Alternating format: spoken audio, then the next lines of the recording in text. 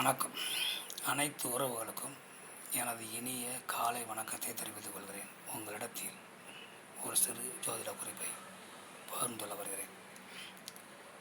ஒருவர் பிறந்த பொழுது சந்திர பகவான் அஸ்வினி நட்சத்திரத்திலோ மகம் நட்சத்திரத்திலோ மூல நட்சத்திரத்திலோ சென்றால் அவர்களுக்கு முதலில் வரக்கூடிய தசா கேது தசா.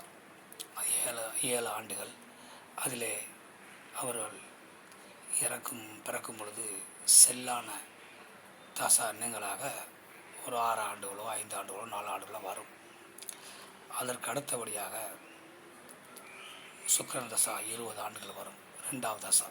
அதற்கு அடுத்தபடியாக சூரிய தசா 6 ஆண்டுகள் வரும். அதற்கு அடுத்தபடியாக 4வது தசாவாக சந்திரன் தசா வரும், 10 ஆண்டுகள். அதற்கு அடுத்தபடியாக 5வது தசா செவ்வாய் தசா 7 ஆண்டுகள் வரும்.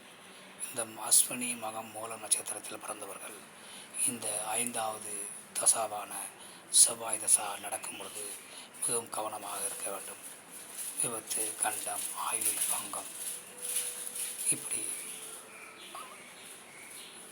திடீர்னு ஏற்படக்கூடிய ஒரு சம்பவங்கள் ஏற்பட வாய்ப்புகள் இருப்பதால் அவர்கள் அந்த காலகட்டங்களிலே தங்களை அவர்கள் பாதுகாப்பாக வைத்துக் கொள்ள வேண்டும்.